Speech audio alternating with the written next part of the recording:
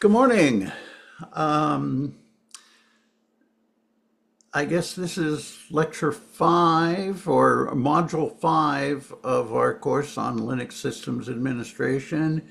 And what we're supposed to do today or this week is chapters 11, 12, and 13. And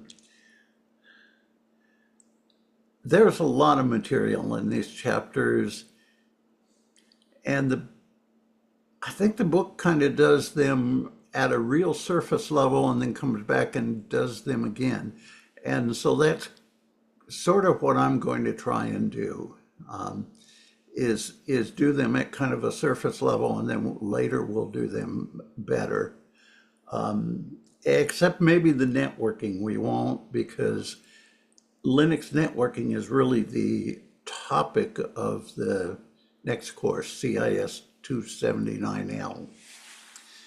So, first thing, are there any questions?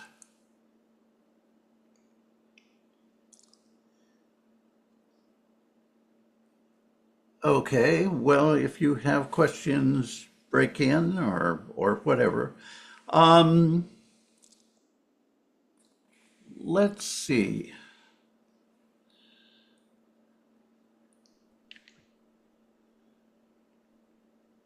Introductory remarks.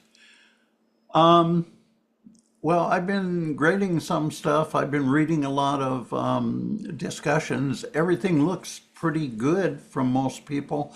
I think there's maybe a couple people, or well, I don't know, numbers I don't know, that maybe haven't turned everything in.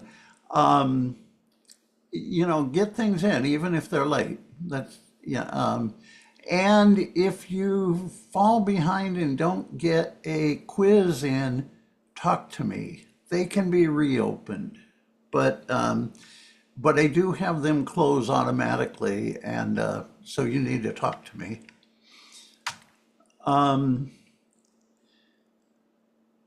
okay, I'm not quite sure how we're going to do things today because we've got quite a bit of material.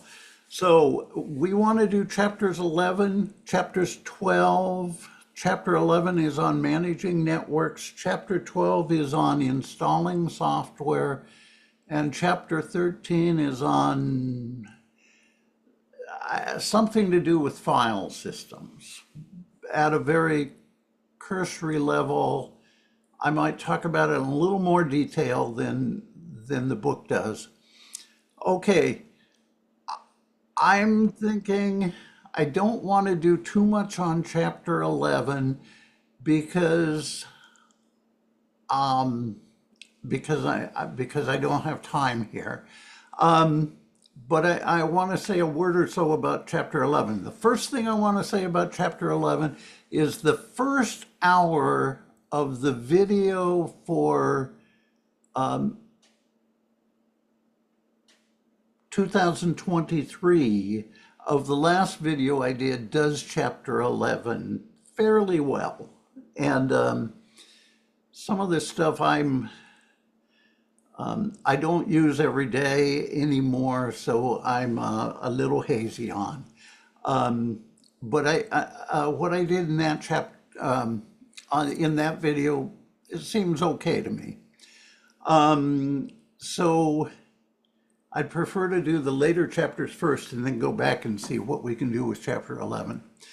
I will say, but let me make a few really cursory remarks.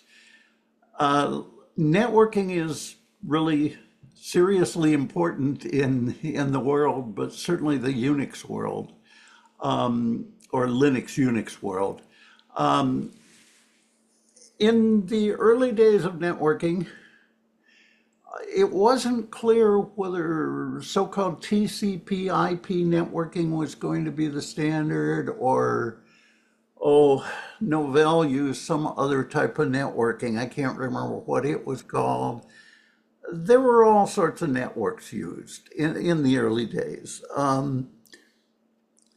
And the early days, I don't know when the early days were. They were I was doing my first well, I guess we always did something for networking, but I was probably doing my first networking at Oregon State University in the mid to late 1970s, in the, or 1980s maybe. Um, um, in the late 1980s, I think a friend and I installed what was probably one of the first networks in the U.S. Bureau of Land Management. So it was still pretty fairly state of the art at that time. That was probably, I guess, I don't know, 87. I'm not sure. And at that time, it wasn't clear that whether TCP IP networking was going to be the way everybody does things. Well, it's clear today. For the last 30 years, that's the only type of networking we use by and large is what's called TCP IP networking. It's a certain protocol, it's actually two or three protocols that are used to pass data between computers. And today, in this day and age, all the wiring is done either using coaxial cable, not much of that used, but for high-end stuff, or using for what we see in our day-to-day life is twisted pair, copper twisted pair wire, mostly category, I think it's 5E and category 6, maybe category, I'm not sure about category 7, but my home, I put in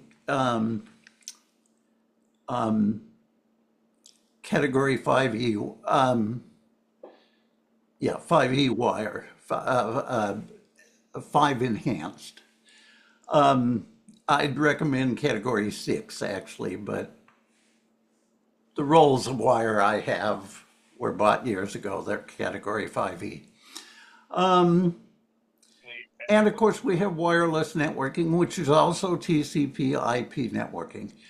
There's two addressing schemes used in TCP IP networking. I and IP stands for Internet Protocol. IPv4, IP version 4, IP version 1, 2, and 3 were kind of short-lived, and the truth is I've never used them, even though I started networking before the internet was public, well before the internet was public. So it was quite some time ago. By the 1980s, we were all using IPv4. IPv4 has a problem that the addresses are what? They're like 10.0.0.5. So there's 4 numbers. Each of those numbers can be anywhere between 0 and 255, or I'm sorry, yeah, 255. So there's 256 possibilities. So the total number of IP addresses you can have is, I don't know, but roughly it's 256 times 256 times 256 times 256, which is a number like, I don't know, 4 billion, 2 billion. Anyway, there's more people in the world than that, and everybody needs 4 or 5 addresses now, because by the time you have your, your heart pacemaker needs an address, and your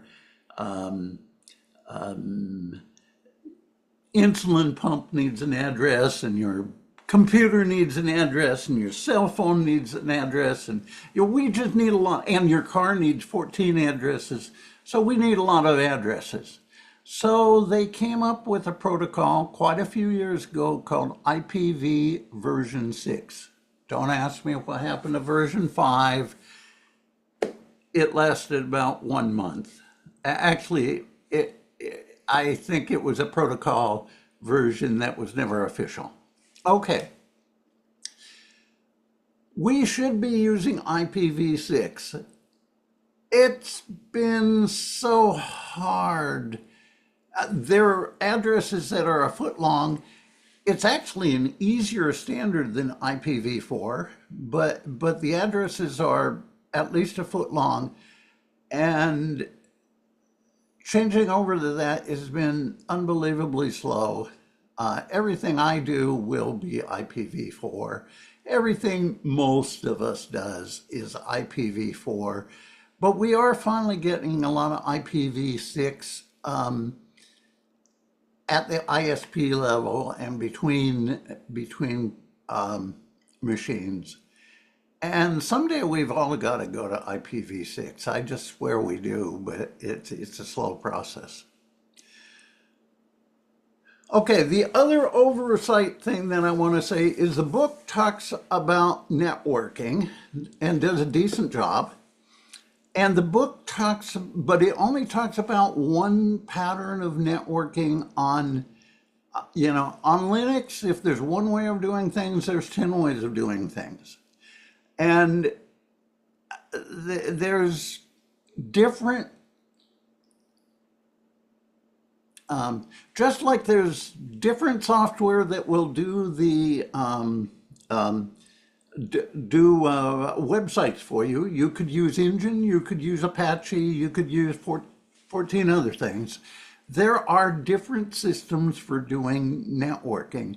The two that are used mostly what is used is one called Network Manager.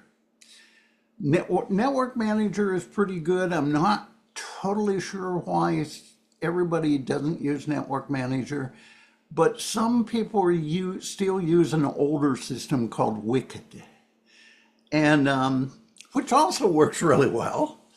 I may have some machines using Wicked, but Wicked works really well on servers and stuff. It has a problem that if you make a lot of changes to your IP addresses, it's a pain. Network Manager does all that automatically, well, semi-automatically for you. It's much easier. If I have a laptop, it will run Network Manager. The book only discusses Network Manager. That's okay, because that's what 90% of the world is using. But I want to make sure, that's not what everybody's using. Okay, the next thing I want to say is your IP addresses can either be gotten out of the air someplace, or gotten, somebody will assign your IP address for you. You'll have it for as long as you're up, and then next time you fire your computer up, they give you a different address. That system, and they give you the address. That system is called DHCP. The other way of going is you could manually configure your addresses so that you have the same address all of the time. And we call that manual configuration, I guess. And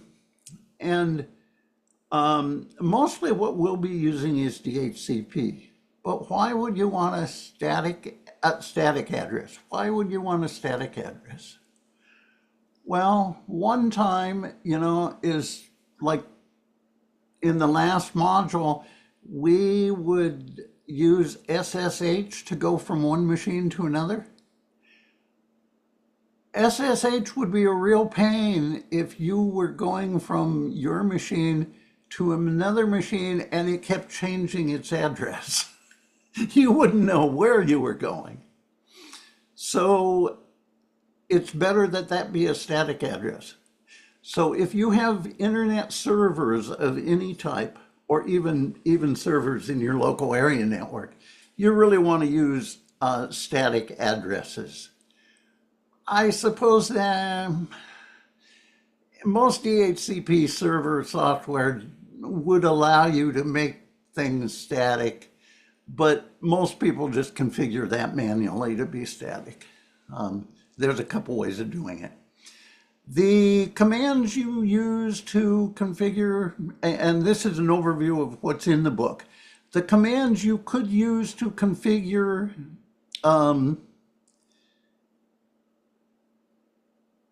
your networks. Now, a lot of Linuxes have some sort of GUI system that you can do it with. They're great, except they're not always there, and they vary with the distribution of Linux, so you don't know what you're doing. I mean, they're okay, but they're just copying the Windows world. So by and large, people use command lines. The old system that's been used for years is to use a command called ifconfig to configure part of your network and route to configure your network gateway. You need to use both commands. Those are really pretty cool commands. The problem with those is I'm not sure those commands have ever been rewritten to be able to use IPv6 with those. So those are kind of dying commands. Red Hat distributions all include ifconfig and route.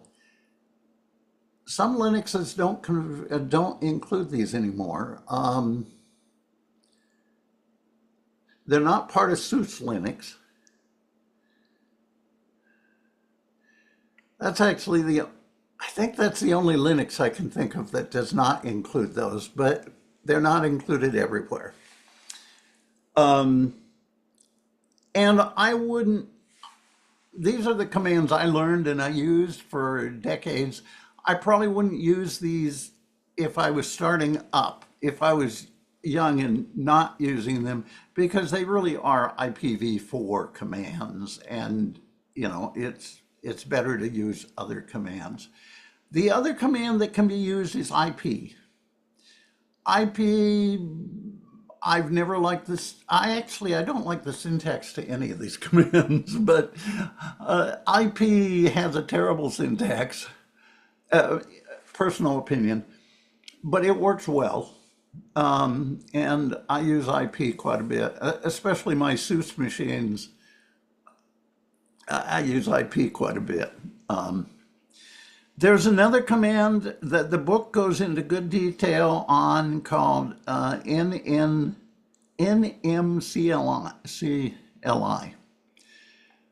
And they kind of use that as their bread and butter command for configuring networks, the same way that we used to use ifconfig and route. And this is a good command, except notice those first two letters are nm, which say network manager. Learn to use this command. It's a great command, but do remember that you may someday run into a Linux network that command won't work on because they're not using network manager. I still highly recommend this command. And the book does, and I do too. It's a good command. The other command is nm, notice network manager, nm2e.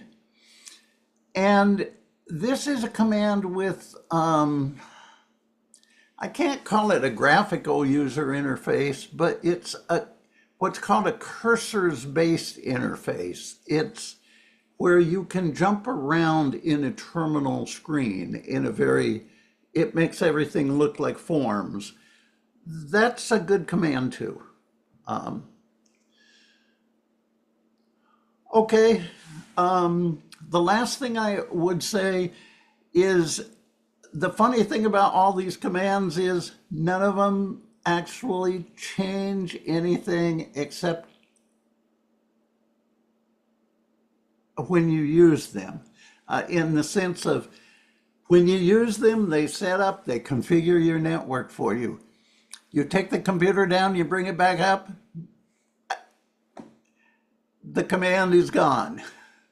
These commands are only active after you execute them. They don't stay around through reboots and through taking networks up and networks down. And they're, you type them in, you get what you have for as long as your computer's up. Well, you want your network configuration to be up forever. So what they do is they keep the network configuration in files someplace. And this is one of the locations this is the location on Red Hat type systems where they keep these configurations.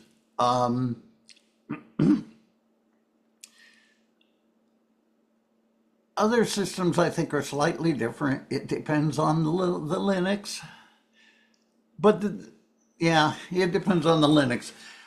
And according to the book, they are according to the book, according to what I've read elsewhere too, they are changing standards on where they keep these files. So version 9 of all the Red Hats actually keep these files in a different location than earlier versions, and they keep them in a somewhat different format, I think. I've never really used that format, but to keep everything upwards compatible, they will read the old formatted files too. The book describes that.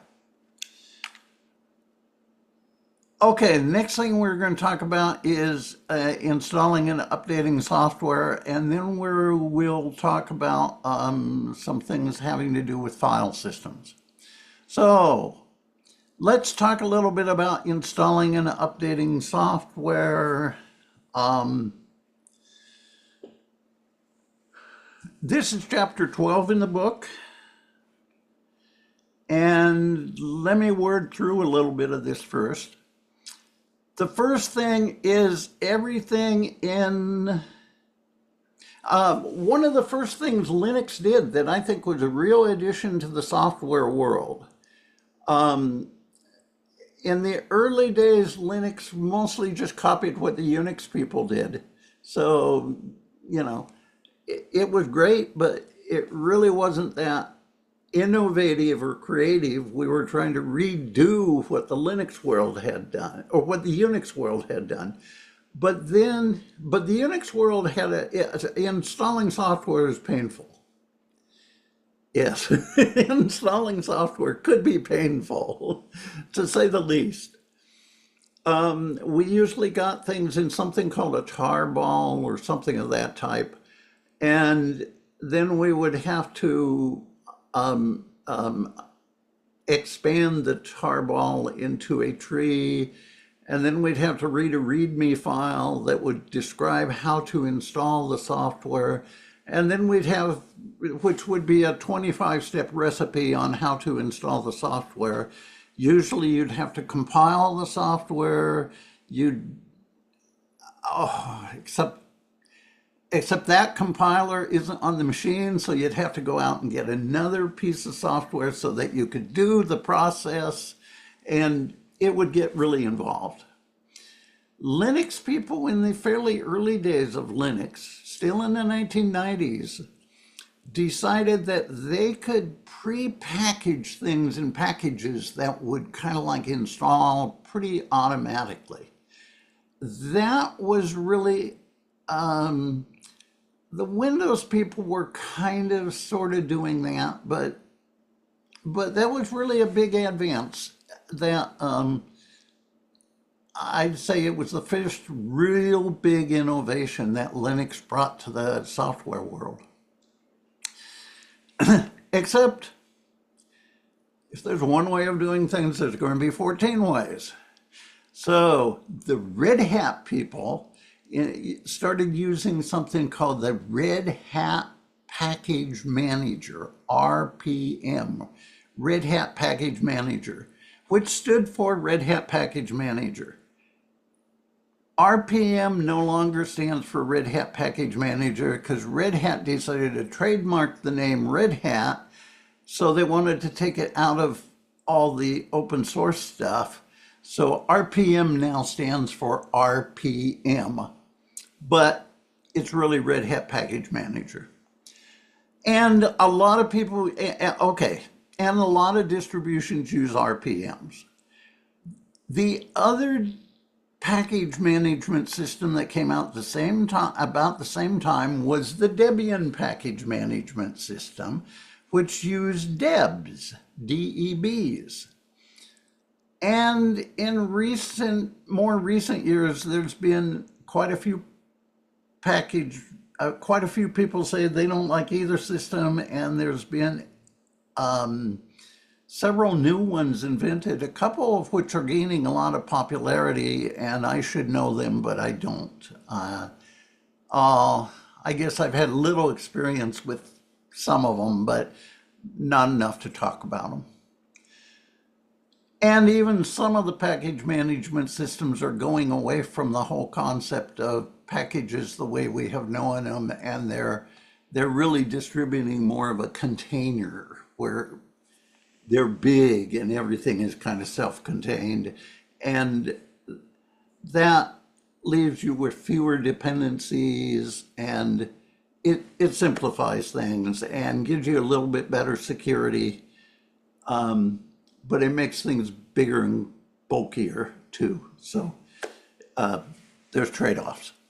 Anyway, the Red Hat system uses RPMs, but everybody really needs to know Debian system as well. So our book only talks about RPM commands, but and there, from my point of view, there's not much difference between the Debian system and the RPM system. Internally, there's quite a lot of differences, and people have wars about that. But and I think as a software developer, when you put your packages together, it does make a big difference. But as a systems administrator, they really look very much the same, except they use different words. It's like the difference between French and German.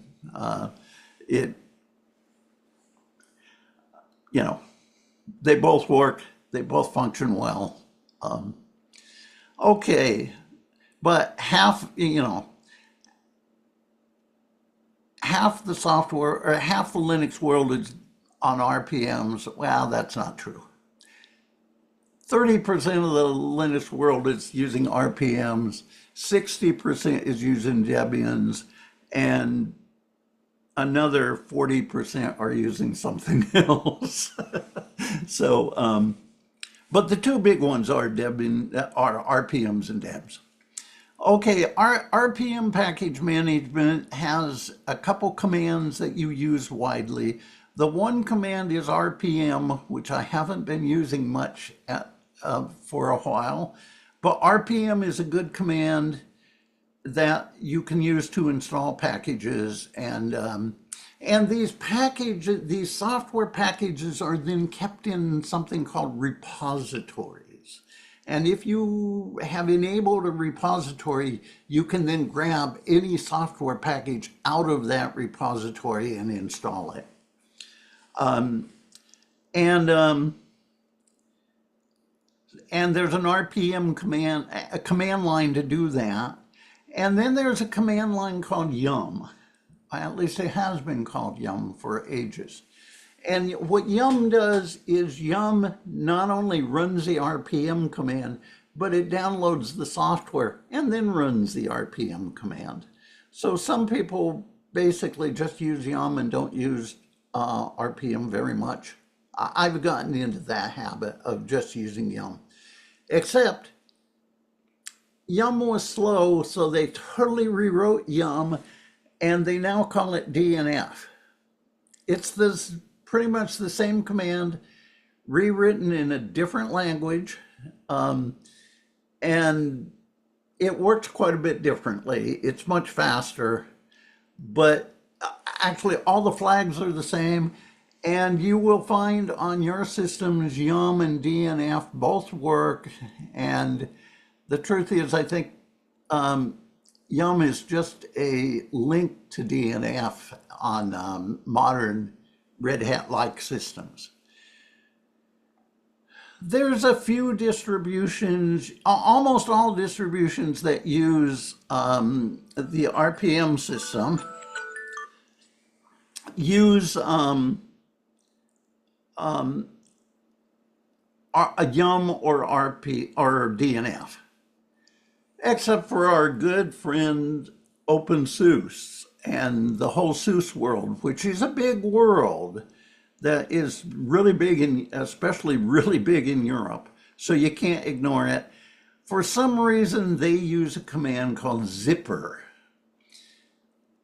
And as somebody who uses SUSE a lot and uses zipper a lot, I don't see that much difference between zipper and DNF, but you know, they decided they needed their own command. Okay, the other half of the world, actually more than half the world, uses what's called DPKG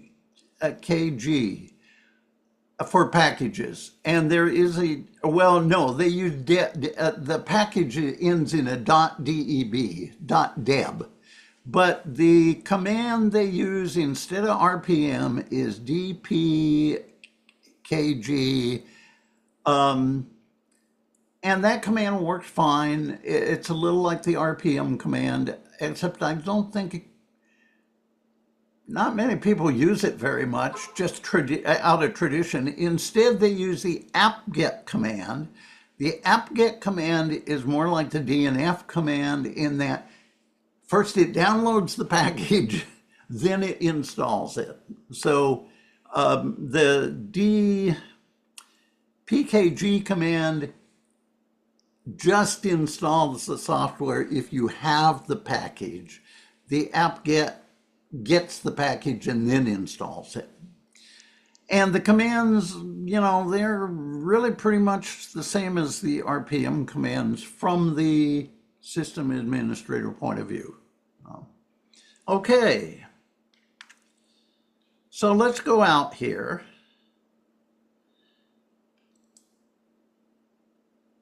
Let's go into our Unix system. Let's go into our Red Hat system. And we'd better use Red Hat since my system's OpenSUSE and it does everything like nobody else in the rest of the world. So, well, I've got an OpenSUSE system, or a Red Hat, well, an Almar Linux system running here. This is Almar Linux 9.4. And, oh, that black is hard to read, isn't it?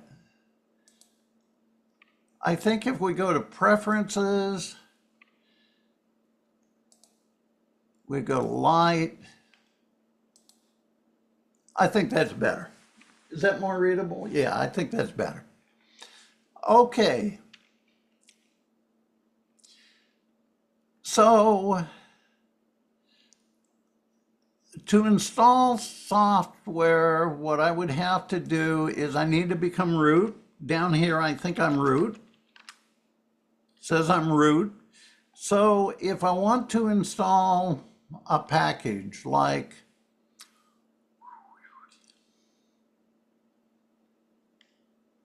well, the book installed something called Nmap. Let's try installing Nmap.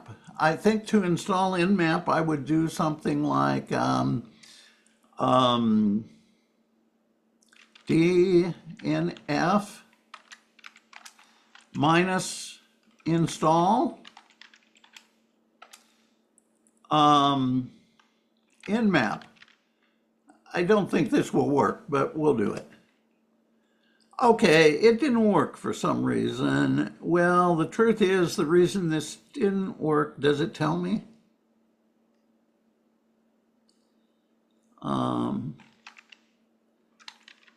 Well, the reason it didn't work is because it's installed. So let's do, whoops. Is that minus? Let's see. Okay, I got to go out here and do some reading.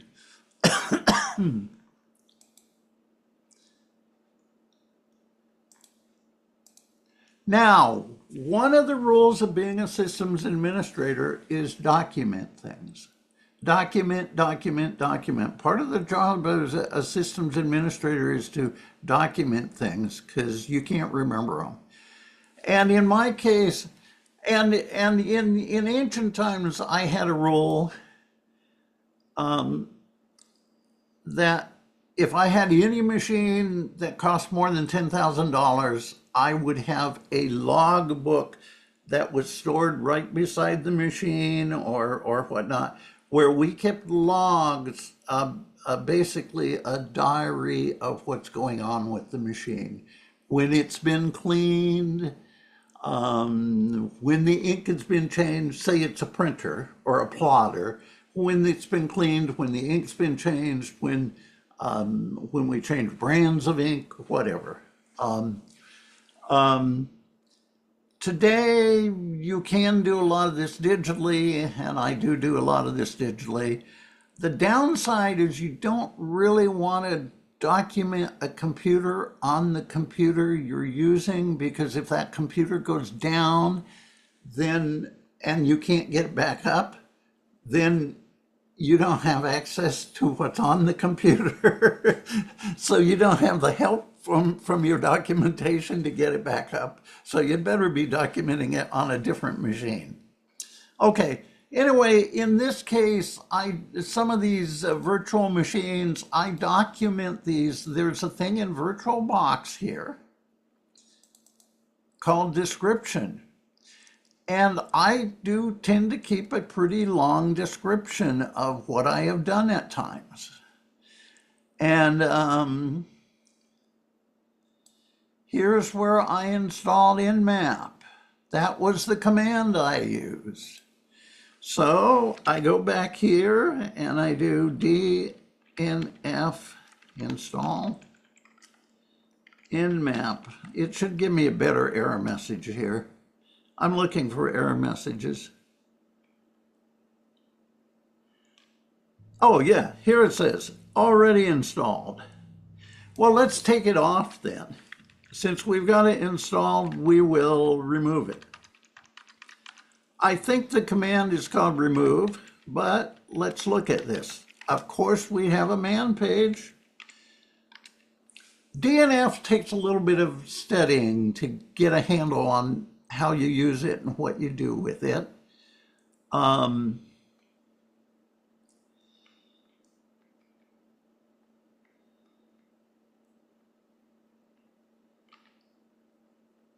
Yeah, there's a remove. Oh, there's a reinstall. Anyway, there's options there. So let's do this command.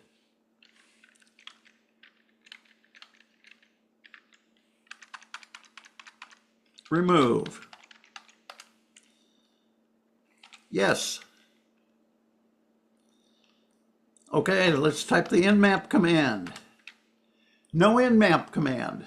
So to install this, all I have to do is install.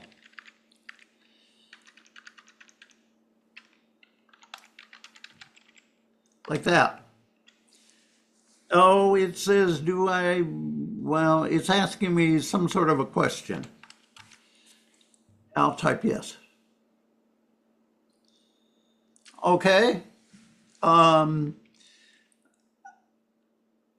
Those questions can be annoying at times. Let's remove this one more time.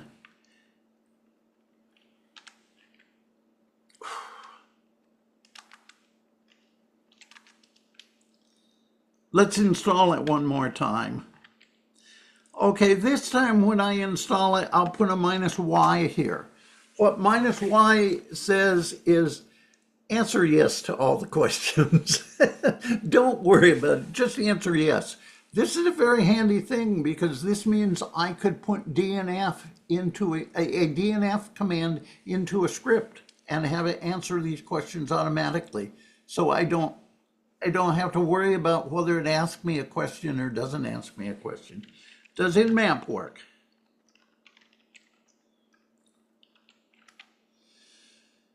Oh.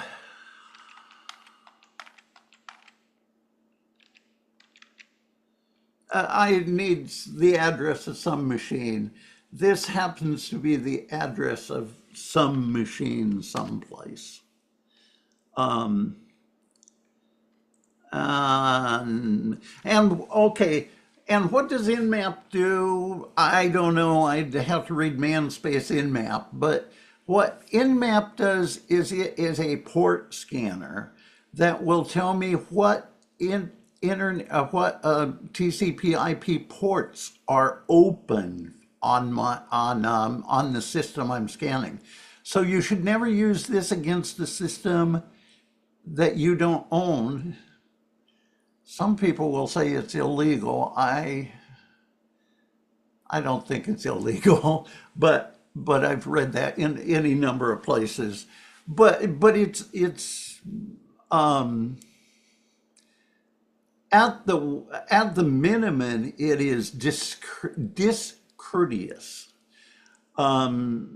possibly unethical, depending on why you're doing it, and probably illegal in certain countries. So you should not port scan any system that you don't own. On the other hand, why should we have the InMap command, and why should I install the InMap command? One reason is if I put up a machine, I want to port scan my own machine. If I put up a machine that is on the open internet, I'm going to port scan that guy like crazy because I want to find out if there's something bad that is open before somebody bad finds out that there's something bad that is open. So port scanning is really an important thing. You really need to port scan your own machines. So I use the InMap a lot. InMap is a good port scanner.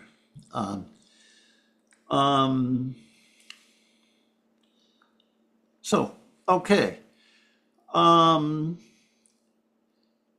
Now there does come the question of, well, what repos do we have? Let's see, let's go back down here.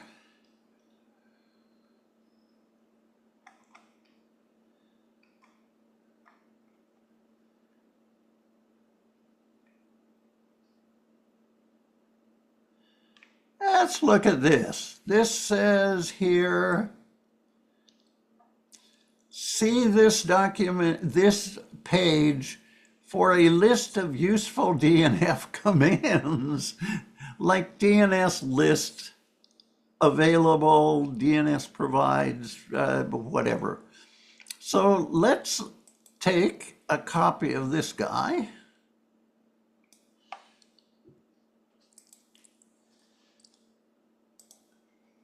Let's go over here. Let's list this.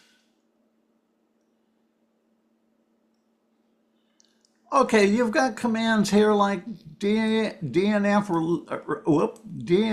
repo list.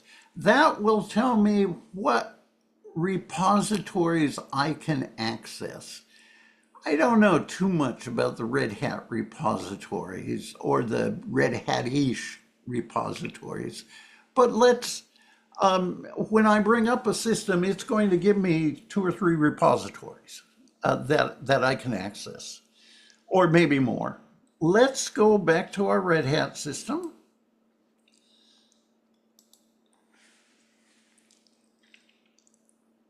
And let's do the command DNF. Oh, what was that? I don't think this will. No, that doesn't work because I didn't turn that on. Let me take a quick look again. Repo list.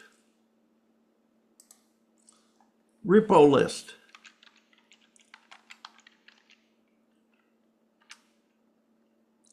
Okay. We'll go full screen for the moment. What this gives me, and you know, When you do things like the RPM command or the DNF command or yum command or, or or the apt-get command if you're using, say, a Ubuntu system or a Debian system, you really need to be root. Unix Systems Administrator works as root quite a bit. But be careful, you don't want to work as root when you don't need to. But you end up working as root a lot. Okay. In this case, what we have here is we have the Almar Linux 9 AppStream repository, the base repository, and well, that was probably all that. That was the only repositories that we got with Almar Linux.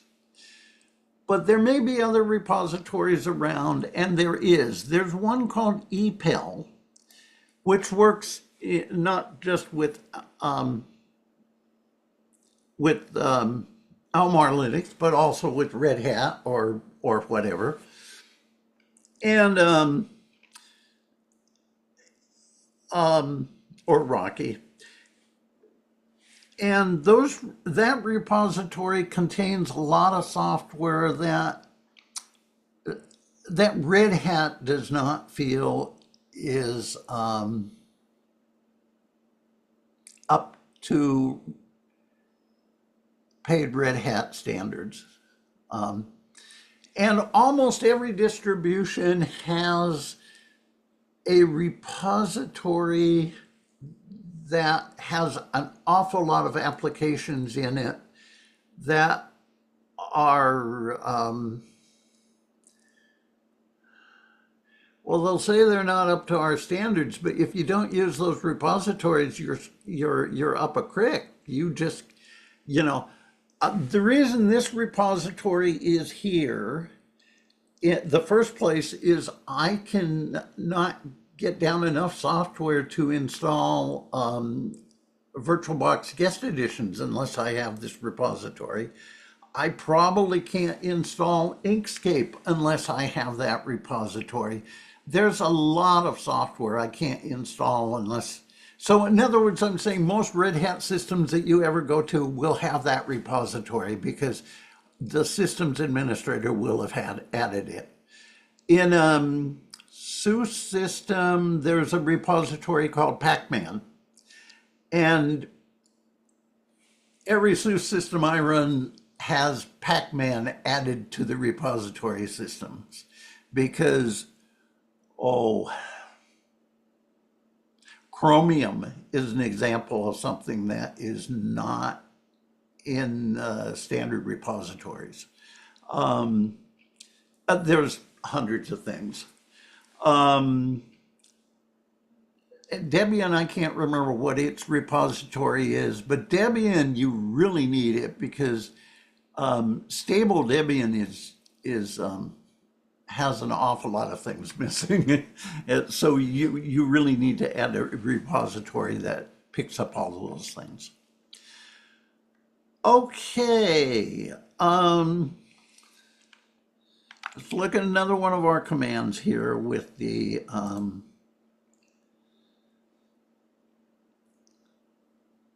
DNF list command is nice.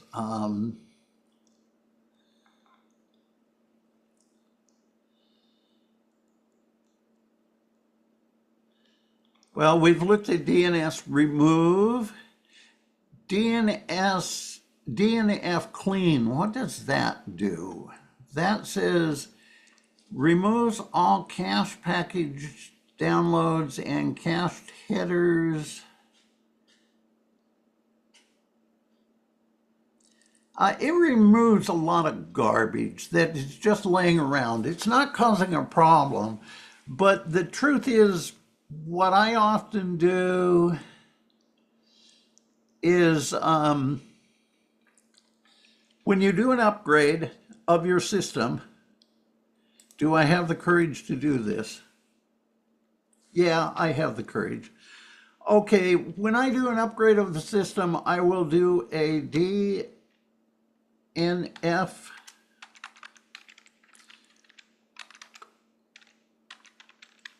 clean all. 44 files removed. And that won't do any damage. That's all junk. And then I will do a DNF upgrade. I think it's upgrade. Let's look at that once here. Yeah, upgrade. That will, that basically refreshes my system. That installs all the new stuff. And so actually, like, if I hope this doesn't take too long, but we're going to do it. And this may ask some questions. I should have probably put a -y in there, but I didn't. Okay. Anyway, my point here is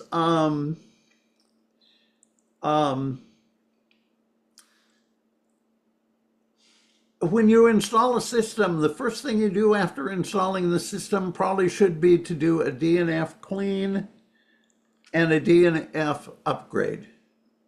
Because when you download one of those big ISO images, it's always going to be out of date. It's never, you know, if they did it last month, you've got a whole month's changes there. And chances are they did it 6 months ago. So as soon as you bring up a system, you should upgrade the system. Really before installing any software, any other software. I'm not always perfectly good about that, but I promptly do an upgrade.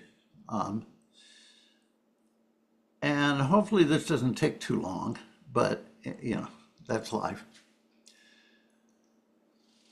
Okay, let's go over here and look at our textbook.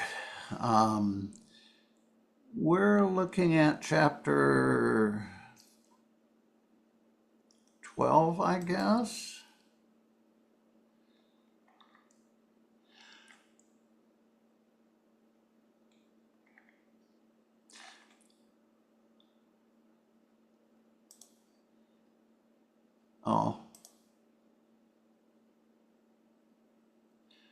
Oh, this basically tells you how you read the titles of the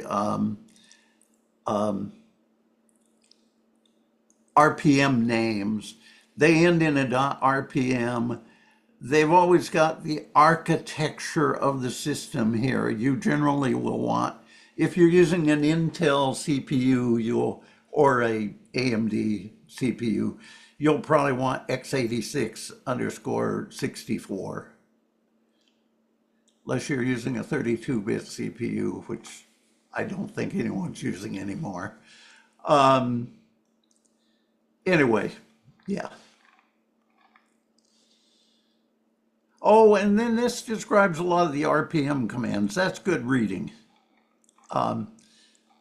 We're just going to discuss, I mean, we're doing the same thing from the DNF command, but if you've like got your, if your software is on, say, an ISO image, or if you have just downloaded an RPM, you install it from by using the RPM command instead of the DNF command, because you don't need to get the thing already. As an example, probably, you know, if I install something like, say, Zoom, chances are I go to the Zoom website, and the Zoom website gives me an RPM, and it says download, you know, press the button for download the Linux version of Zoom. I press that button and it downloads an RPM for me. So the RPM is already on my system. It's not in a repository or anything like that, but I've got the RPM. And of course, Zoom is not open source. They give it to you for free. They want you to have it. They do a Linux edition. but it's not open source, so it won't be in any repository. They'll just give you they'll let you download the RPM, and then you use the RPM-I for install, and maybe a couple other options to install the software. And hopefully, there could be some dependency issues, but there usually isn't. And believe me, their website will tell you the exact command to type. And that's common with software that's free but is not open source, that runs on Linux. And there isn't a lot of that software that we're interested in, but certainly things like Zoom. Zoom you can also run within a browser, but it really is much, much nicer and friendlier if you can run the Zoom client. And they have a good client for Linux that I guess runs on most all Linuxes. At least it runs on all the Linuxes that I put it on. Okay. Anything else here?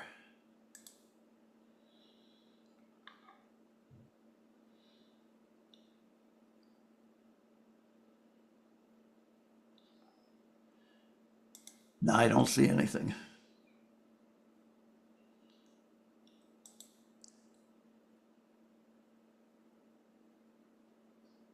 That's just what we did.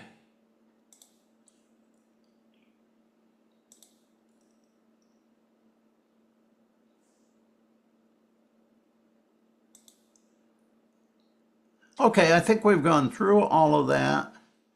And let's take one quick look here and then we'll take our break. Our system's updated. So that's good. And,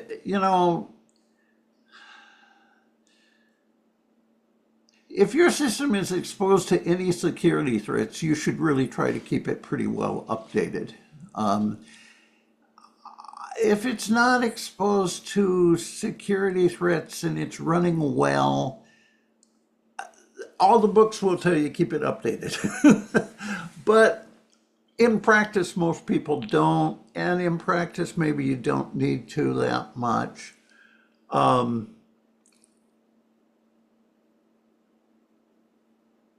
There is some risk to updating too.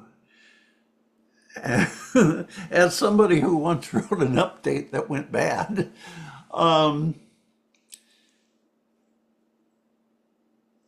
but most of our systems, we want to keep them pretty up to date. But you want to be practical about it too. It's a balance, and there are probably a few systems that it's not, you know, not all that important. How often do you update the software in your printer or in, some of your devices? Well, maybe we should all the time, but most of us don't in practice. Okay, let's take a very quick little break here. Can we be back by 10:05? Okay, and it's 9:58 right now.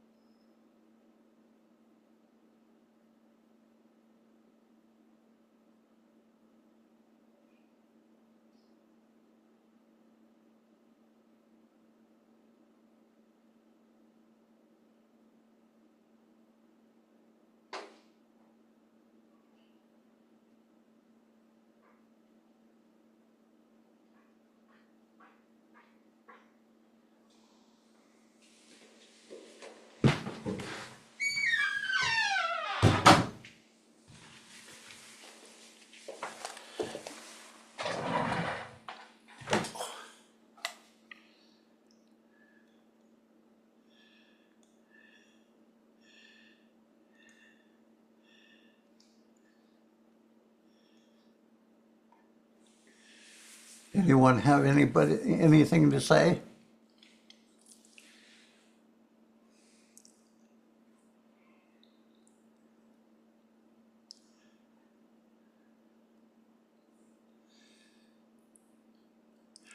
I will say, with the DNF and RPM type commands, or any of the install commands, I depend on Google a lot. Unless I'm unless I'm on an OpenSUSE system, which has such a nice graphical installer that in spite of everything I said negative about graphical installers, I do use it quite a lot. One of the things without the graphical installer, I find it a little hard to find the names of packages I want to install, and just to explore what packages are available.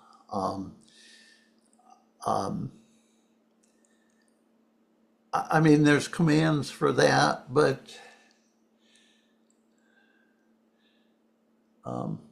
you've got to use them individually, and so it's a little bit cumbersome. At least that's now that could be just that.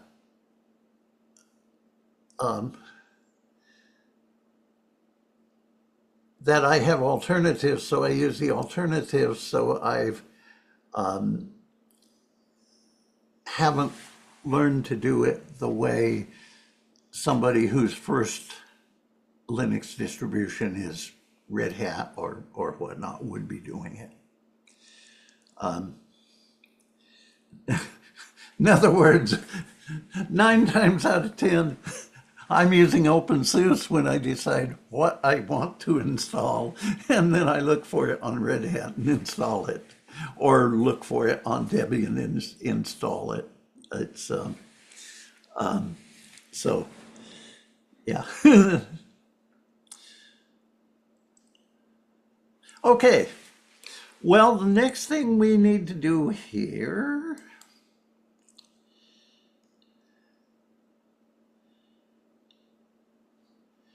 is, let's go back here.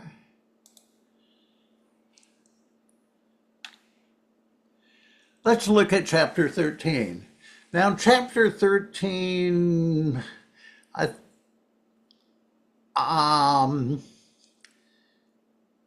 chapter 13 doesn't go into all the detail that I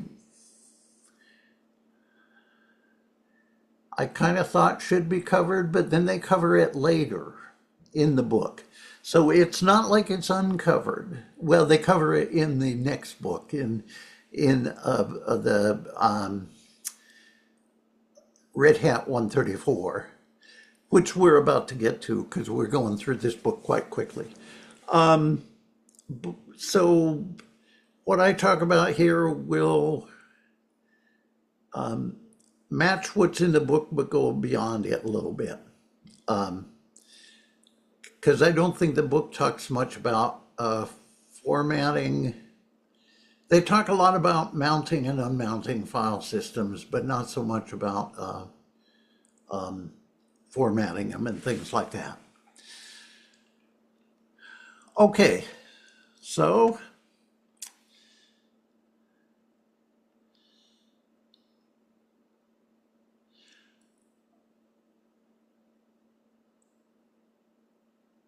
going to our book,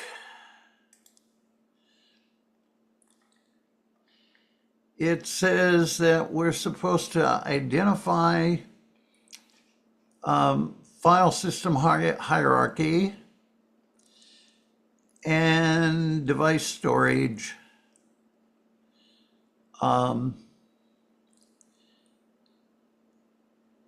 and access file systems by adding and removing things to the file hierarchy, and using the locate and find command. Okay, well, Um,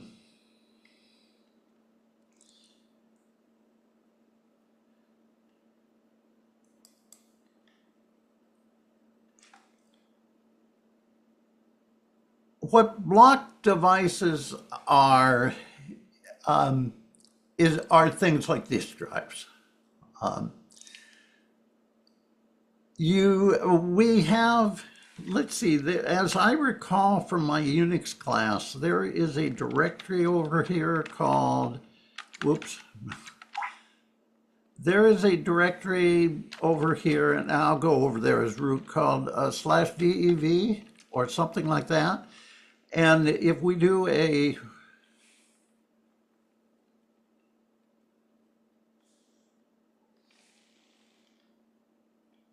boy, that doesn't look right on my other screen here.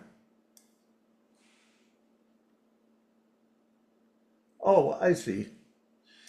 One moment here.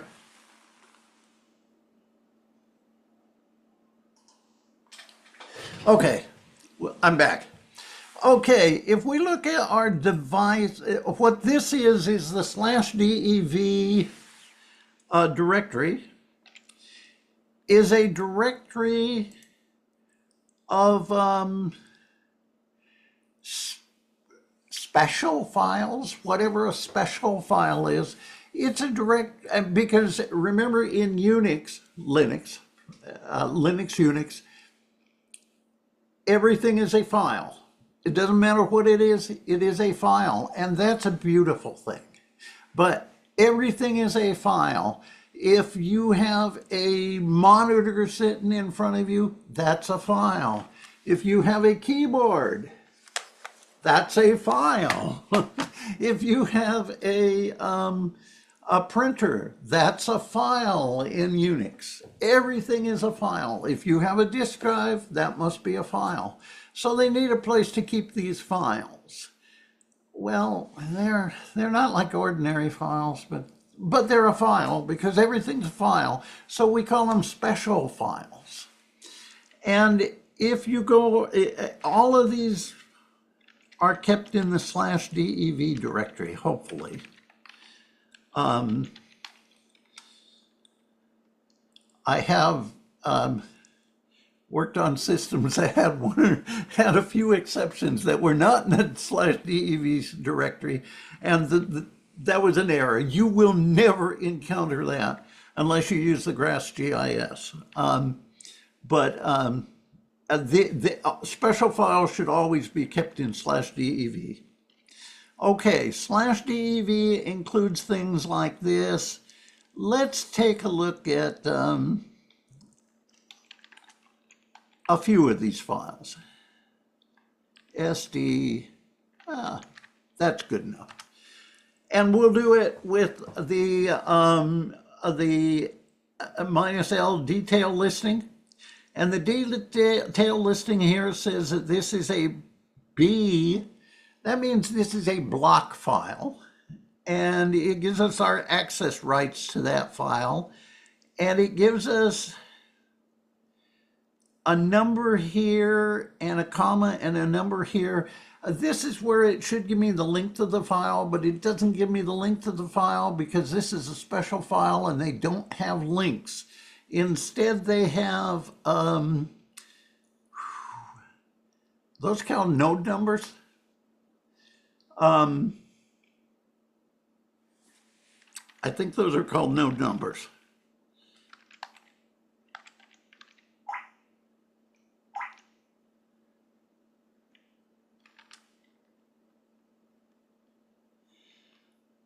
You will probably never use this command in your life.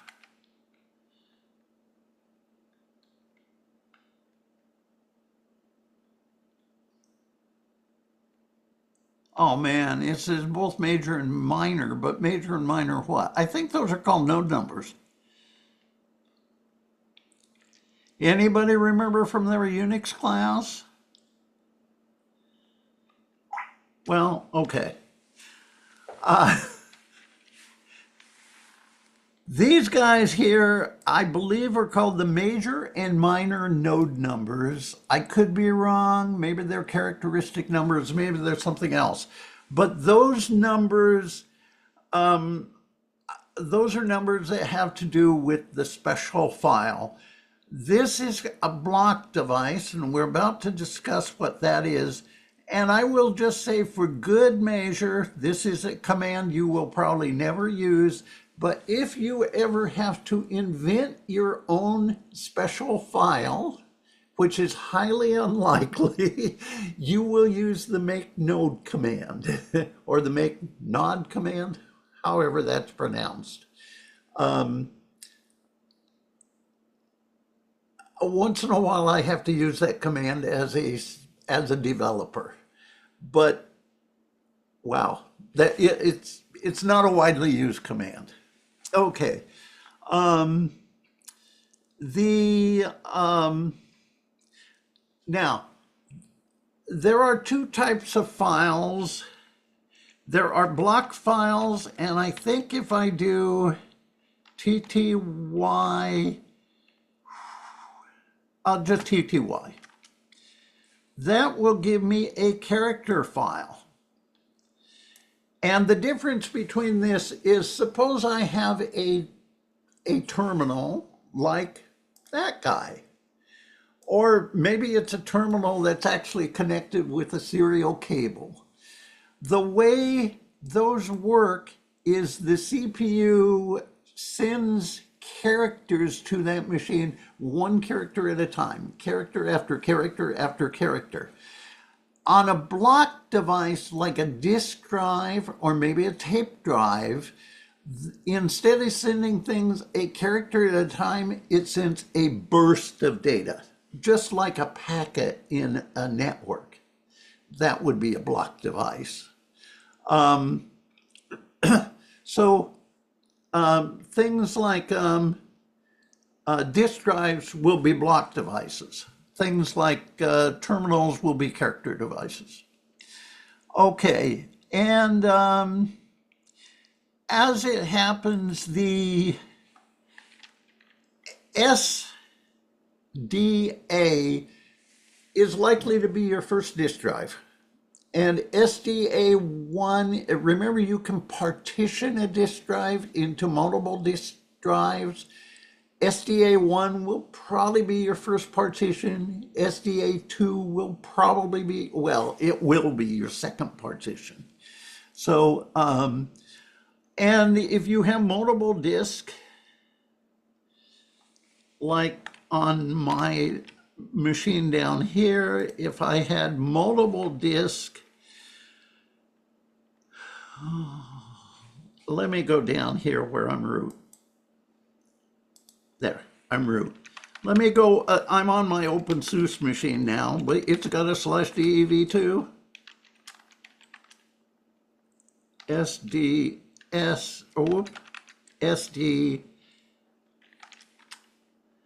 And I've got I've got 3 disk drives here. I'm not sure where I got those. Actually, I am, but I've got 2 real disk drives here. And there's an SDA, there's an SDB, there's an SBC. And let's take a look at these. There's a command to partition your disk drive. And the command to partition the disk drive has always been called fdisk. In fact, it was called fdisk in MS-DOS, I think. I don't know. So if I would want to partition my disk drive, I would go fdisk/SDA, and I need to be really careful. I do not want to write here or I will destroy my system. But sometimes I will do this to look at the disk drive. And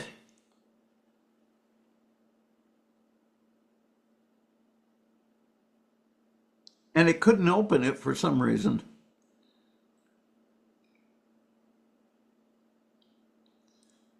I'm surprised. Let's try B.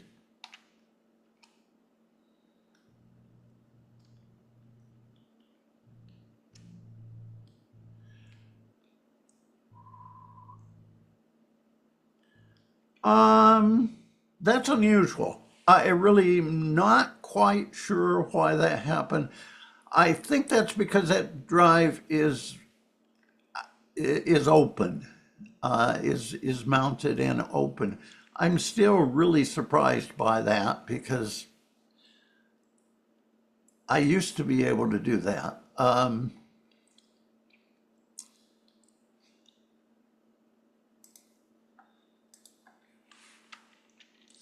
Let's go back to our Red Hat system. Let's try this again. Fdisk.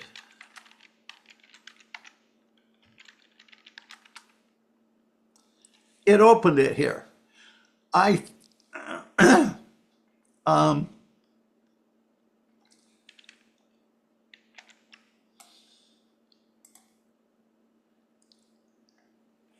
I just upgraded my system. That's a quirk that didn't exist in the last umpteen revisions of OpenSUSE. So it's actually a security thing, though. This is good. It's better that I not be able to open it, but I was surprised. And then there's commands on well, I'm not going to continue with this. I'm going to get out of it because this is an old command. A better command for doing that is called gdisk. A few years ago, they had to rewrite fdisk because of modifications they made in the way they handle disk drives. And the new system using the new file accessibility table is governed by gdisk. You can still use fdisk, but it doesn't handle UUIDs correctly and things like that, that gdisk does. So gdisk is the preferred command. And there's been a few modest changes. Like in the old days, we typed M for help. Now we type question mark for help. And it gives us a list of the commands we want to type. I'm using this disk, I think. So the only command I would want to type here is P for print partition table.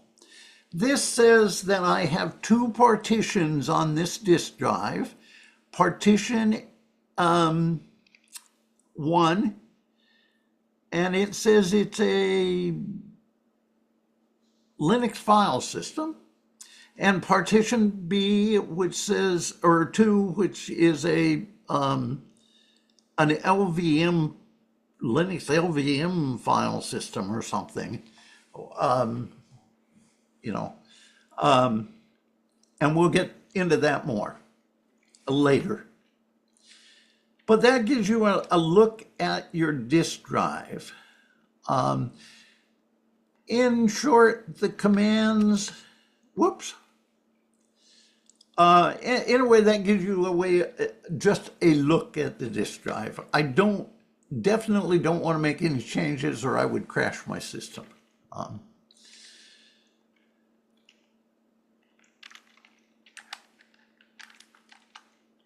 But if I had a thumb drive like this, only one that is not broken the way this one is, the cheap thumb drive, the thing came out, it's broken. But if I had a thumb drive, I could put that into the machine and I should be able to connect that thumb drive to my virtual machine. Believe me, something is wrong here. I cannot connect this thumb drive reliably to my virtual machine unless I run VirtualBox as root, and I will not run VirtualBox as root. That's just too many security flaws asking to happen there. I don't know what's wrong, but I can't get a hold of my thumb drive. However, if I go out here and I go to where I'm root on the commands are the same on the OpenSUSE machine. I've got a thumb drive in SDC, or in my system.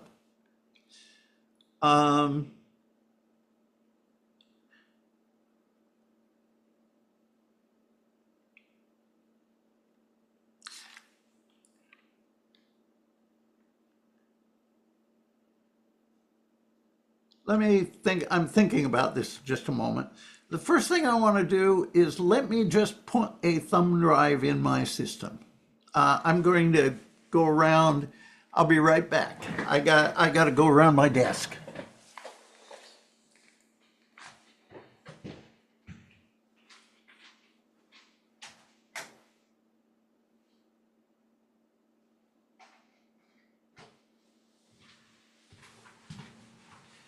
Now, you notice how something popped up down there on the bottom of the screen?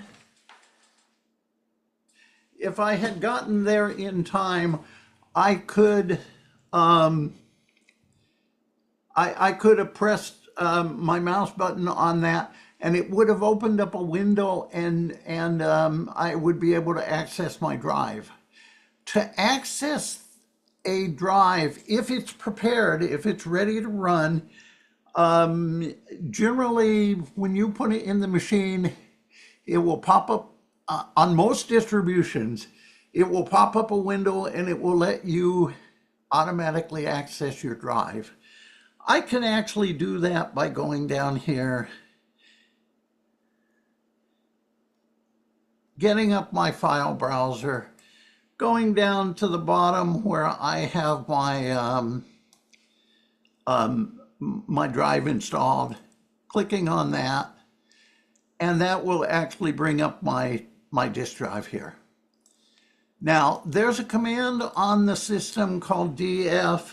It doesn't look very pretty. Let me be me, not root. It doesn't look very pretty on my OpenSUSE system. I'll tell you why in a bit. But there is a command called df.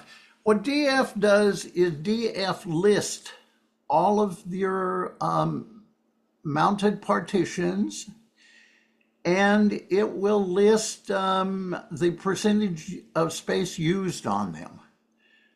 This looks ugly because I'm using a special type of file. We'll take a look at this on the Red Hat system in a moment because it looks much better there. But I want to look at this guy here. This guy is now mounted. The system automatically mounted that for me. And when I opened it with this guy, with the file browser, any file browser will work. But I could unmount that system by doing the unmount command and typing in, I could type in either this name or I could type in this name. It doesn't matter. And I can unmount that file system. Now it's gone. Not there anymore. The other command I could use that will list all my file systems is this command, but it's long and ugly. It's very useful information, but it's if I just use the mount command with no flags. Okay, if I would want to mount that system, I could probably mount that. Oh boy, what was... I could mount that doing a command something like this. Mount, let's see, I think we've got a file over here called, a directory called MMT, which is empty. So I will mount this using the mount command, and I'm afraid I don't remember the exact syntax.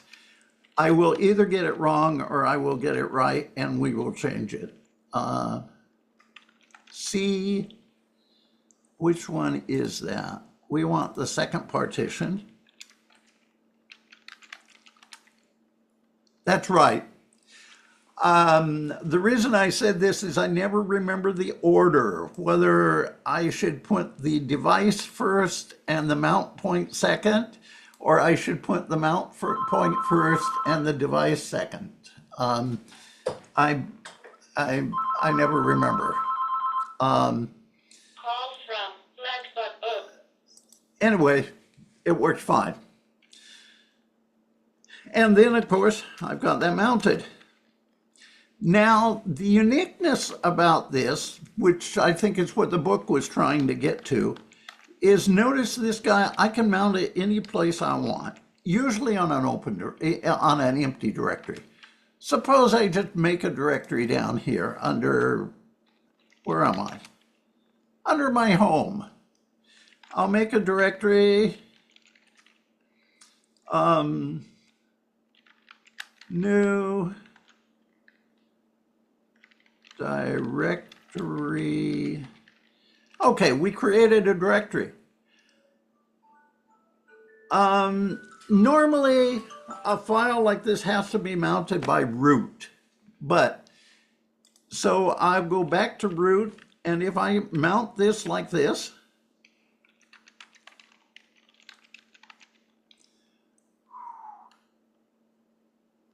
Mandel, new directory. Now that guy is mounted in as part of my home directory. Indeed, that's one good way of keeping all your virtual disk. If you've got a lot of virtual disk, you may run out of space, need to add a new disk. You can just add it into your, if you're running a Linux system as your host, you can just add it into your new into your system by doing a mount command. And remember, the way Unix works is you've got one root directory at slash,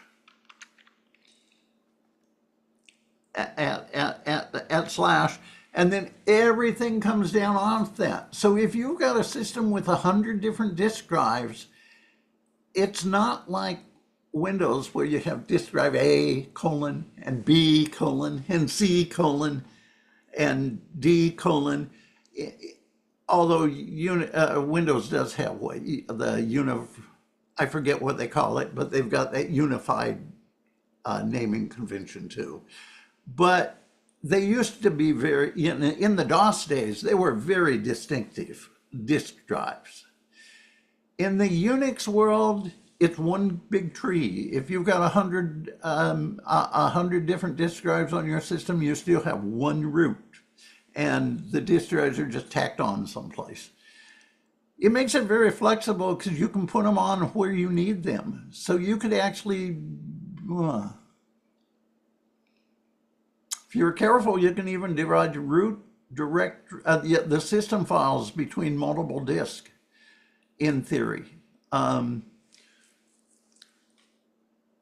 You need to make sure that you've got enough of Linux or Unix on the first disk. You don't need much, but you need enough that you have the mount command to mount all the other things. But then that will work. It makes for a very flexible system. Okay. Let's get rid of this guy because we don't need him now.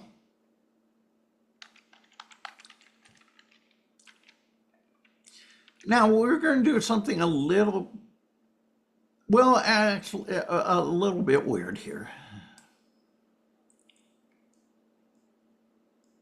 Oh, wait, that's not where he is. Let's do it by hardware because, there. Oh, I don't want to mount, I want a U mount.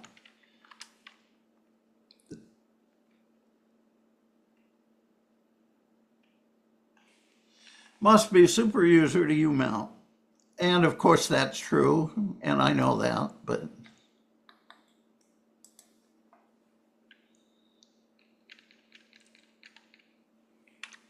There we go. Okay, that's U mounted. Now, suppose I'd want to partition that disk. That disk has nothing but junk on it. So if I'd want to partition that disk, the way I could partition that is I would go down here and I would do G disk, SDC, and I want to partition the whole disk. I suppose I could partition the partition, but I don't want to do that. And I don't know that I've ever done that. But a file is a file, so, I could do any file, right? Because everything in Unix is a file. But I want to partition the whole drive. Okay, let's take a look at our thing, which I want to use the P command for print my files. And apparently this was probably a copy of the Knoppix DVD, I don't know. In any case, I want to get rid of these guys. There's a command up here called D for delete a partition. D1. Whoop. Well, 1 is what I want. P. Okay, D. Oh, and it automatically goes to 2. That is a pain.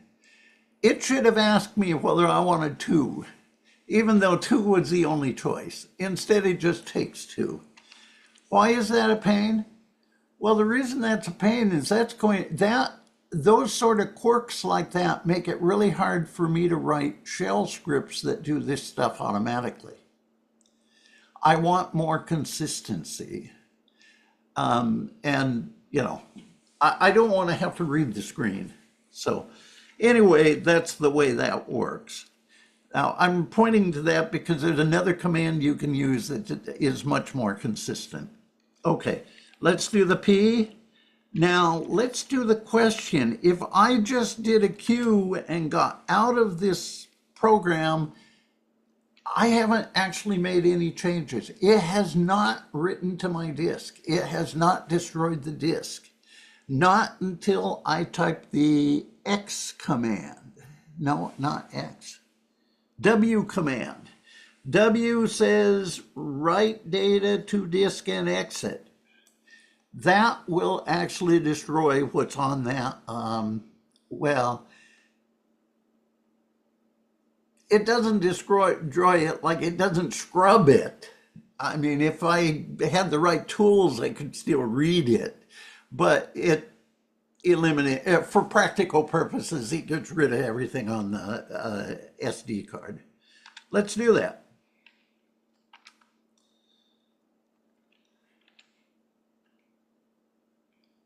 Okay, let's go back into that guy. Oh, and I will say the command, if I want to script things, the command I would use would be sgdisk. That command, I think it's on the system. No. It's on the system. Anyway, that's the command that I would use instead of gdisk. But when I do things actively, gdisk is easier, so that's a command. So I'll use gdisk. Okay, now if I look at I print my partition table, I've got nothing there. If so I think there's a guy for making a new partition. Let's make a new disk. In says add a partition. So I do in to add a partition. I add a partition 1. It says, what size do I want to make the disk? That's a 16. I think that it says up here that is a 16 gigabytes. They only give me 14.4 gigabytes, but they charge me for 16 gigabytes. That's okay. These were dirt cheap, but this is a 16 gigabyte disk. So I can say what size I want to make that. I can do it by sectors and cylinders and stuff, which nobody does anymore. Or I can just say, let's make my first partition um, um, 5 gigabytes. And I need to put that plus there or it won't work. Because that's the way it tells, that's how it knows that I'm putting in the size. Whoops, first sector. Oh, I didn't want that. Well, I want the 5 gigabytes here. I don't know if that will work or not because I should have just put in a carriage return for the first one. Okay, let's look at, oh, and then it asks what type of system do I want? And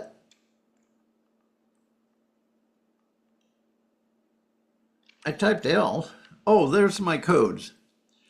And if you see the codes, I don't know how important these codes are, but I always try to follow them. There's a, if it's a Windows disk, there's a code here for a Windows disk. There's a code for Linux on an ARM chip. There's codes for BSD disk. There's a code here for a Linux file system. We'll just use that one. And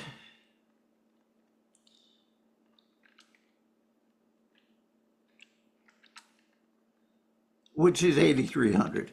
And it's always struck me that if you get the code wrong, it seems to work anyway. I'm not sure. Okay, so now let's do my partition. I've got a partition there. Let's do a second partition. The new command. I may need to type a question mark to figure out that it is the new command. I want the default. And if I use the default here, I think it will just use the rest of the disk. But let's put in another 5 gigabytes.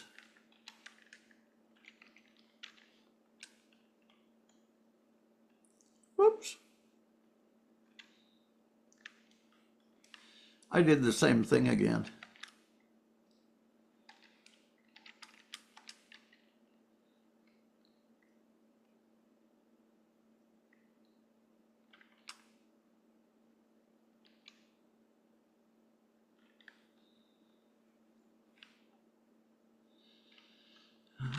Plus.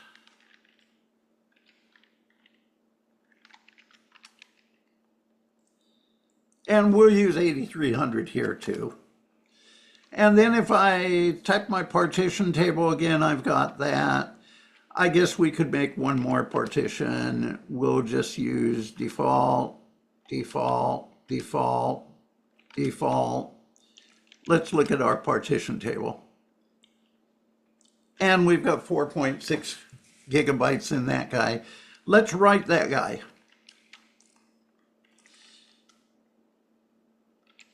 Yes. Okay, that would be my disk, the way it's partitioned. And then so what I should have here, if things work right, is I should have an SDC, and there had better be an SDC1, SDC2, SDC3, I hope.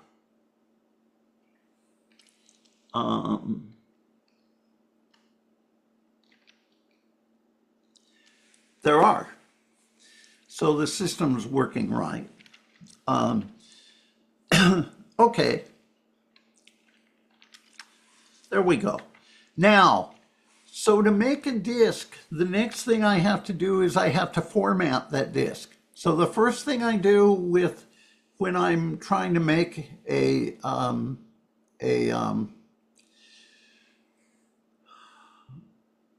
if I'm trying to make, say, a Linux a thumb drive, the first thing I would do is I partition my thumb drive or repartition the thumb drive. Then for each partition, I've got to format the disk. And the command to format the disk is something like mkfs. And notice I have to be root to do this. And then there are various MKFSs depending on what type of disk format I want to use there. I could make that a fat disk. That's basically like an MS-DOS disk. I think there's options on this command where I can make it be I don't know, a 16-bit or a 32-bit MS-DOS disk. I would make it 32-bit. Oh, there's an MS-DOS. I don't know the difference there. There's an NTFS. That means I can make it look like a Windows disk. There's a EXT. Well, we don't use EXT 2 or 3 anymore. There's also an EXT, but nobody's used that in 30 years, 20 years. But there's an EXT 4 disk. I could make, if that's a Linux disk, that's a Linux format, so it uses all the Linux security type stuff. It's a good disk that we use today. There's a Minix disk for an operating system called Minix, which was actually the basis of Linux. I've never used that. There's a XFS disk, which is a good disk. I'd have to read about that. I think it's a good disk if you have lots of small files. It's one of the disks that we use. That's a disk format we use a lot in the Linux world. I probably prefer that to ext4. And there's one here called a BTRF disk. That's worthy of a whole lecture or two. It's a cool disk, but Red Hat doesn't use it. Well, you can add it to Red Hat because it's an open source format.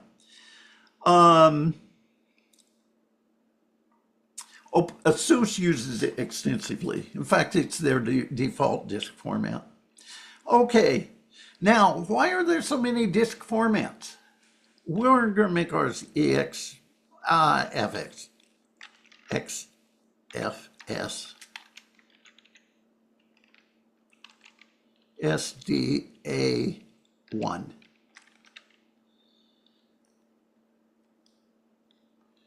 What happened?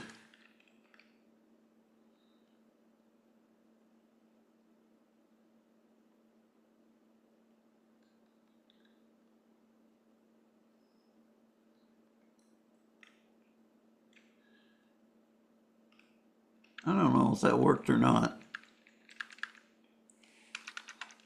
ext4.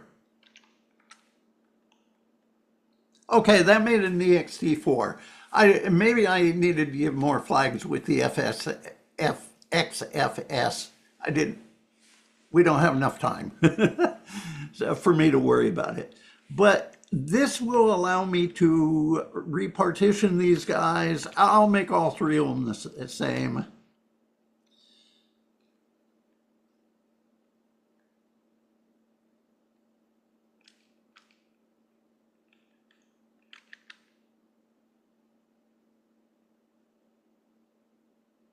Oops. Oh boy. Oh boy.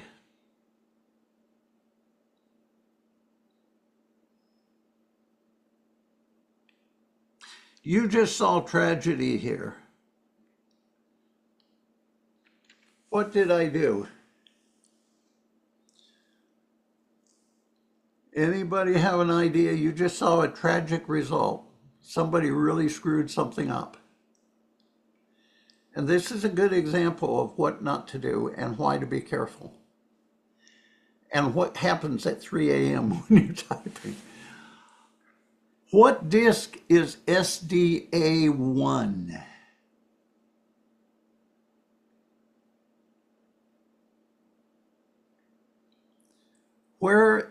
where is the thumb drive located? The thumb drive is SDC1, not SDA1. I just reformatted my own hard disk. Now I think it's my boot, my boot partition, and it won't screw my system up until I reboot, which I won't be able to do straightforwardly without doing a repair. This really screwed the system up, and that was, yeah, bad mistake. I should have typed SDBC, or yeah, SDC1, and that's why you really have to be alert and awake when you're doing these things, and you're doing them as root, so you have a lot of authority to really screw things up. Well, that's, live and learn. Well, at my age, I don't live and learn. I may live, but I don't learn it clearly. So anyway, that guy should work.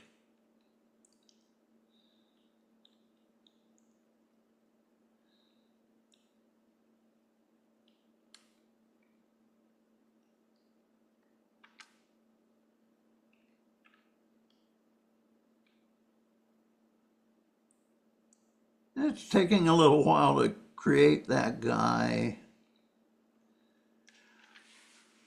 That guy will work. Oh, it's taking some time. I believe this is stuck into a USB 2. Oh, I think I got these drives cheap because they're USB 2, so they're very slow. This will complete. And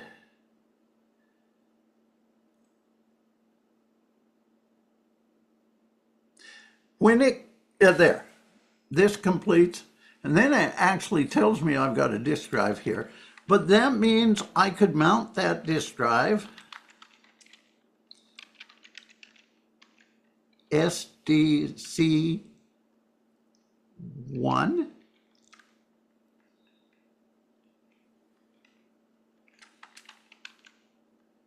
home, D Mandel, new,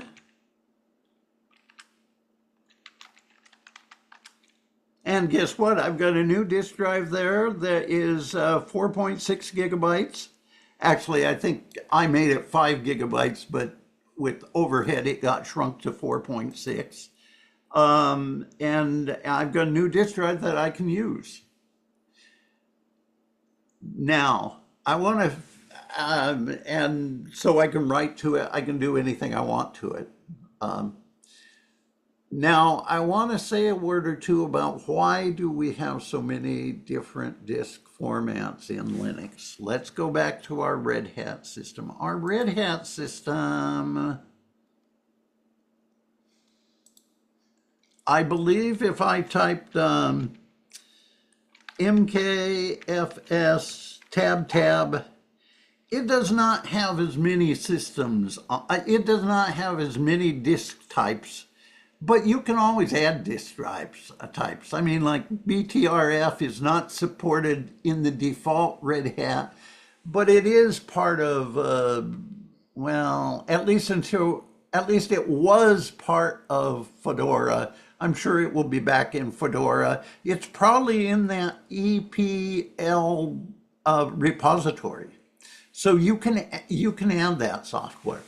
Why do we have so many disk types? Well, certain disk types have certain advantages. And one of the big reasons we have different disk types, why should we have an NTFS disk type? Well, the reason is if I'm making a thumb drive on a Linux machine and I'm going to take the files to my Windows machine, I probably don't like NTFS to use on Linux, but I'm going to make my file system as an NTFS file system, so when I take it to the Windows machine, Windows understands it.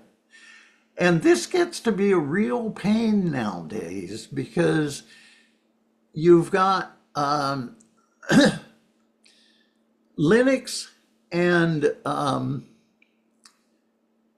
FreeBSD are really good about understanding a lot of different file systems.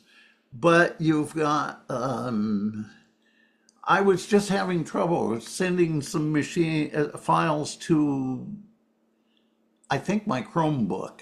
I don't remember.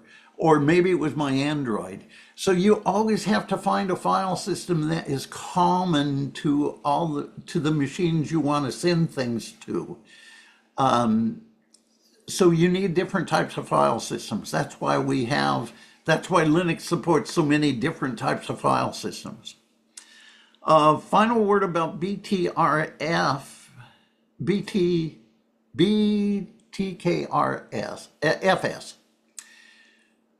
ZFS and BTKFS are really fancy, elaborate file systems that combine.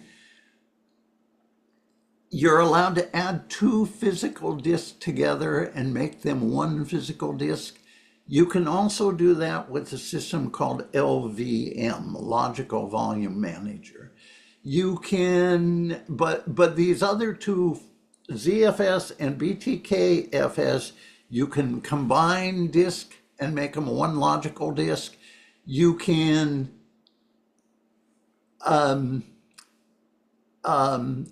partition the disk, or well, let's see, no. Actually, with BTKFS, you can almost partition the disk. You can make them into RAID disk. RAID is part of that file system. They also both, I believe they both, at least BTK are FS, and I think ZFS too, has something called snapshots. So you can make a snapshot of the disk, and then if something goes wrong, you can fall back to that snapshot, just like we do with the virtual machines. There's a snapshot system. So those are really flexible, super elaborate file systems, much more complex than any of our other file systems. And I guess that also means maybe a few more problems with bugs, unfortunately. And you don't want bugs in your file systems. But the truth is, both of those are really very reliable. ZFS is really, really used a lot in the industry. And BT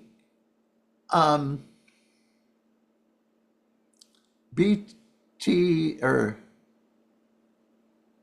ButterFS. It's most people call it ButterFS or BetterFS. It's used less, but actually Facebook uses it a huge amount on the Facebook cluster. And it's a default in OpenSUSE. And I've been using it for, years. And it seemed, as long as you don't try to get fancy and use RAID level 5 or something, it's very reliable. Okay.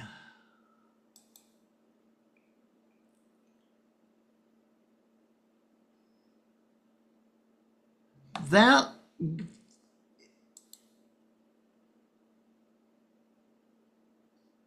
was kind of an overview of file system stuff.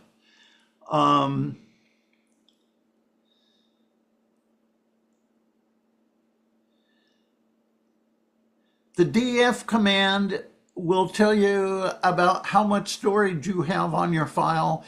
The du command is also useful in that it will tell you how big a tree is. So if you have something like, we're going to go to the my own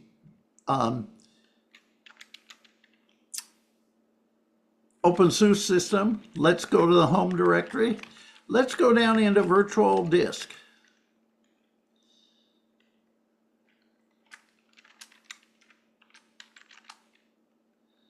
Okay, let's see how much data storage I have here, that I'm using here.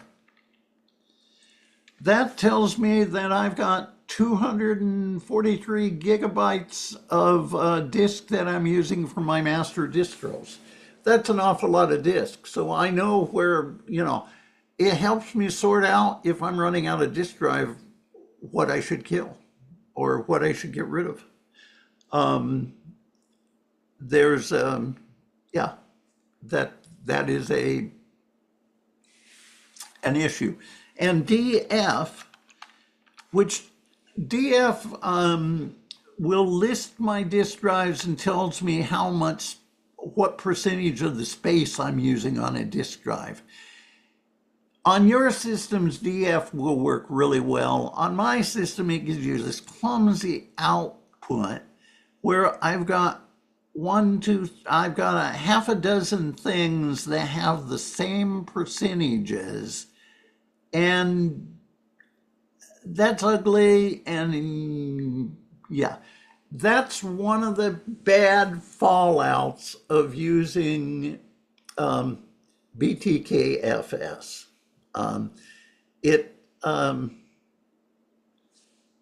I need to go into much more detail, but it's a problem. It doesn't give you a good listing there because of the file system I'm using. All of the other file systems, all the file systems you'll be using, it's pretty. It gives you a lot of good information. The other thing that I should have talked about and I did not talk about was probably the find command and the locate command. I'll just say one word about the locate command and the find command. Locate is really a nice command, but I never use it.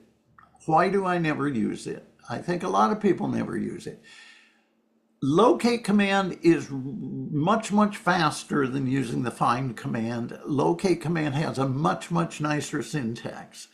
The problem with the locate command is it requires that the systems administrator keeps a database and keeps it up to date all the time.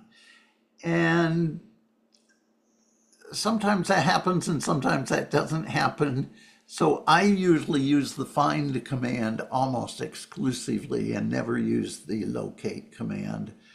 The book recommends using the locate command a lot, and if your system is properly maintained, it's a good thing to do. On a lot of my systems, I just use the find command instead. Find command on a big, huge system can be rather slow. And it has the syntax from hell. But, okay. I think that covers everything. I didn't do much on networking, but it's in the first hour of the lecture from the previous term. So I will I'm going to end the recording and then I'll hang out here for about an hour. Okay.